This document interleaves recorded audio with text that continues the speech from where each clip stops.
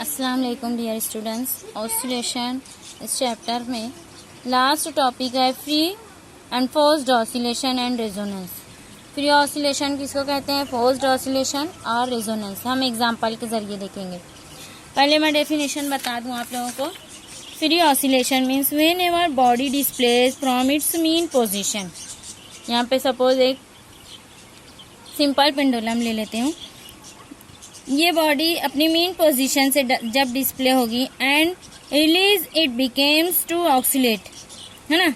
यहाँ से इसको रिलीज करेंगे तो it becomes oscillate with its natural frequency. Such oscillation is called free oscillation, है ना। फ्री ऑसिलेशन नेचुरल फ्रीक्वेंसी के साथ ये मूव होने लगेगा पेंडुलम, तो उसको हम कहेंगे फ्री ऑसिलेशन।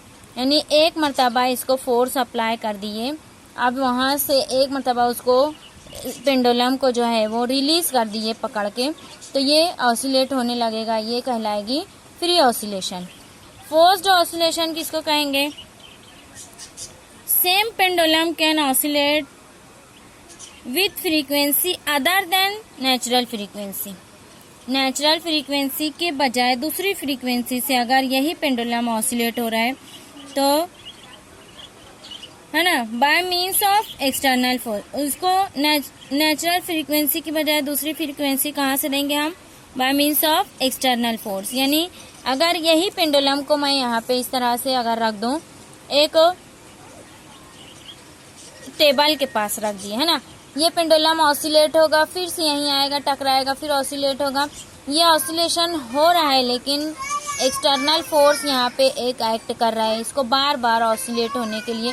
सेम पीरियड के बाद सेम एम्पलीट्यूड से ये ऑसिलेट होता रहेगा, है ना। और फ्री ऑसिलेशन में हम एक मर्तबा जस्ट उसको रिलीज कर दिए, ये अपने आप जो है ऑसिलेट होगा, तो ये नेचुरल फ्रीक्वेंसी के साथ ऑसिलेट होगा, दैट इज फ्री ऑसिलेशन। ये फोर्स्ड ऑसिलेशन। अब फोर्स्ड ऑसिलेशन में डायग्राम देखेंगे। ये suppose 4 bobs are suspended with a same string. एक स्ट्रिंग के जरिए ये 4 बॉब को इस तरह से टंगा दिया गया है। Suppose the length of pendulum A and length of pendulum C equal, है ना। ए और सी की लेंथ जो है वो इक्वल रखें, और बी और डी, ये दोनों जो पेंडुलम्स हैं बी एंड डी, इसकी लेंथ कम है एज कम्पेयर टू ए, और डी की लेंथ कम ज़्यादा है एज कम्पेयर टू ए, है ना। तो if body oscillate by means of external periodic force and its frequency of external periodic force and natural frequency of body becomes equal।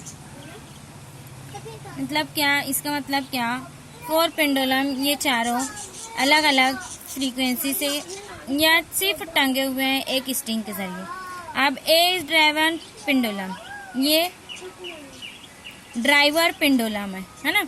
Driver pendulum means driver pendulum, है ना। When set into oscillation, मतलब इसको एक मर्तबा हम release कर दिए, ये पेंडुलम को रिलीज कर दिए, तो ये ड्राइवर पेंडुलम कहलाएगा। अब ये पेंडुलम जैसे ऑसिलेट करना शुरू होगा, पेंडुलम ए, है ना, after some interval of time pendulum B, C or D are also begins to oscillate due to transfer of energy by means of string। ये स्ट्रिंग की मदद से, अब ये स्ट्रिंग में ए टंगा है, ये ऑसिलेट होगा, ये एनर्जी ट्रांसफर करेगा बी को, सी को, डी को, इस तरह से चारों ऑसिलेट होना शुरू हो जाएंगे। यहाँ पे pendulum A is performing free oscillation, है ना, while B, C and D perform forced oscillation as the length of pendulum A and C are equal। ये दोनों की लेंथ हमने इक्वल रखी है। Then the frequency of pendulum A is equal to frequency of pendulum C। यानी दोनों की frequency भी सेम हो जाएगी, है ना, क्योंकि लेंथ सेम है। So the resonance between A and C takes place, ये दोनों की फ्रीक्वेंसी इक्वल हो गए तो ये मैक्सिमम एम्पलीट्यूड के साथ ऑसिलेट होना शुरू हो जाएंगे ए एंड सी। इसका मतलब मैक्सिमम एम्पलीट्यूड से ये दोनों ऑसिलेट होंगे, means resonance occurs in pendulum C and A. तो pendulum C absorb maximum energy, इसलिए ये रेजोनेंस परफॉर्म कर रहा है। पेंडुलम सी इससे मैक्सिमम एनर्जी एब्सॉर्ब करेगी और ये मैक्सिमम एम्पलीट्यूड के साथ जो है वो ऑसिलेट करेगी बॉडी सी या पेंडुलम सी, है ना। ये मैक्सिमम एम्पलीट्यूड के साथ ऑसिलेट करेगी एंड इट ऑब्जर्व या इट शोज रेजोनेंस, है ना। रेजोनेंस यहाँ पे ऑकर होगा पेंडुलम सी में। अब इसी के साथ देखेंगे ये वाली diagram, resonance frequency. Resonance frequency का यहाँ डायग्राम है। रेजोनेंस क्या है पहले ये बता दो। रेजोनेंस जैसा कि अभी हम ऊपर डायग्राम में देखे कि अगर मैक्सिमम एम्पलीट्यूड के साथ बॉडी जो है वो ऑसिलेट करेगी मैक्सिमम एम्पलीट्यूड से, तो इट परफॉर्म रेजोनेंस या इट शोज रेजोनेंस।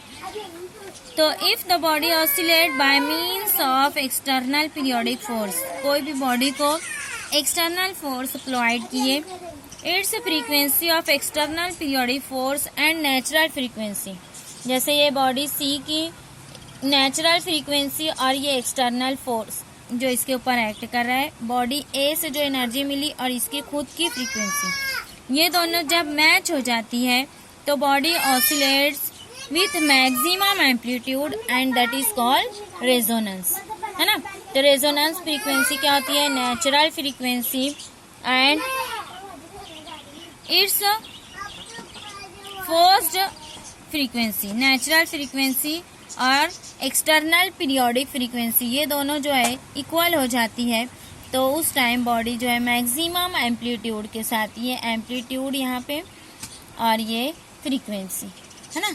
फ्रीक्वेंसी और एम्पलीट्यूड का ग्राफ देखेंगे अगर, तो ये मैक्सिमम एम्पलीट्यूड के साथ बॉडी सी जो है ये ऑसिलेट हो रही है, मीन्स इट शोज रेजोनेंस। उसकी नेचुरल फ्रीक्वेंसी, उसकी खुद की फ्रीक्वेंसी और जो फोर्स्ड फ्रीक्वेंसी उसके ऊपर एक्ट हो रही है, यानी बॉडी ए की वजह से जो उसको फ्रीक्वेंसी मिली बॉब ए की वजह से, ये दोनों मैच हो गई, दोनों इक्वल है, इसलिए बॉडी सी जो है मैक्सिमम एम्पलीट्यूड के साथ ऑसिलेट हो रही है, इट शोज रेजोनेंस, इसको रेजोनेंस कहते हैं, है ना।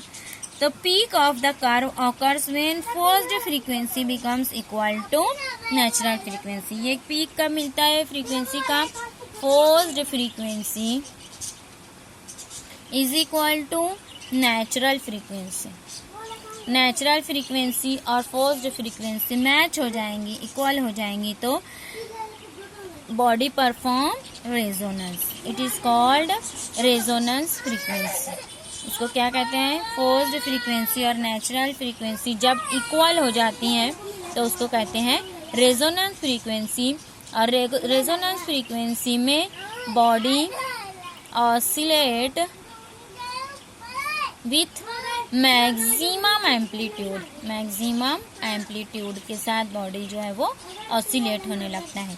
तो ये रेजोनेंस और ये उसका ग्राफ फ्री और फोर्स्ड ऑसिलेशन। ये इतना topic, last topic oscillation chapter में रह गया था।